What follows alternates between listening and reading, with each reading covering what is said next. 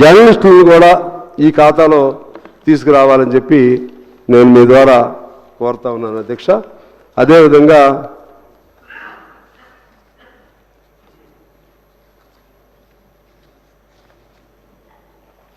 Information and public relation సంబంధించి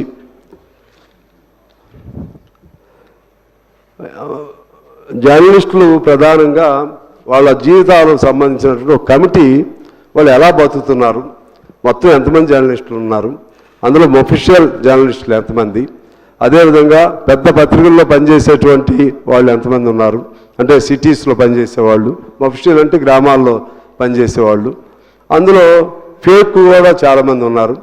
ఏదో social మీడియాలో ఒకటి పెట్టుకుని ఈ ఇబ్బంది పెట్టి సోషల్ మీడియాలో ఎవరు పడితే మీద పడితే వాళ్ళపైన ఇష్టం వచ్చిన కామెంట్లు చేస్తూ బ్లాక్మెయిల్ చేసే వాళ్ళు కూడా ఉన్నారు. కానీ దాన్ని స్క్రీనింగ్ చేసి మంచి జర్నలిస్టులు అనుకునే వాళ్ళని వాళ్ళకి అవసరమైతే వాళ్ళ ఆరోగ్యం, వాళ్ళ చదువులు, వాళ్ళకు పెన్షన్, ఎందుకంటే లైన్ అకౌంట్ అని ఉంటుంది అధ్యక్ష. ఈ లైన్ అకౌంట్ కూడా ఇవ్వలేకపోతున్నారు చాలా పత్రికలు.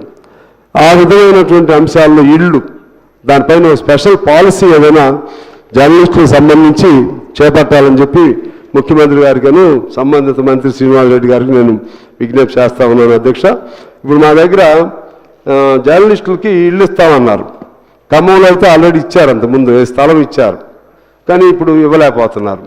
కొత్తగూడెంలో ధర్నాలు చేస్తున్నారు. ఆ ధర్నాలు వాళ్ళకి తెలియదు కదా, ఎమ్మెల్యే ఏం చేయట్లేదు, మంత్రులు ఏం చేయట్లేదు, మా మీద పెడుతున్నారు. సరే మీకేమో ఏదో సుప్రీంకోర్టు ఏదో అంటున్నారు. అందుకని పేదవాళ్ళ కింద జర్నలిస్ట్ అనేది చూడాల్సిన అవసరం లేదు.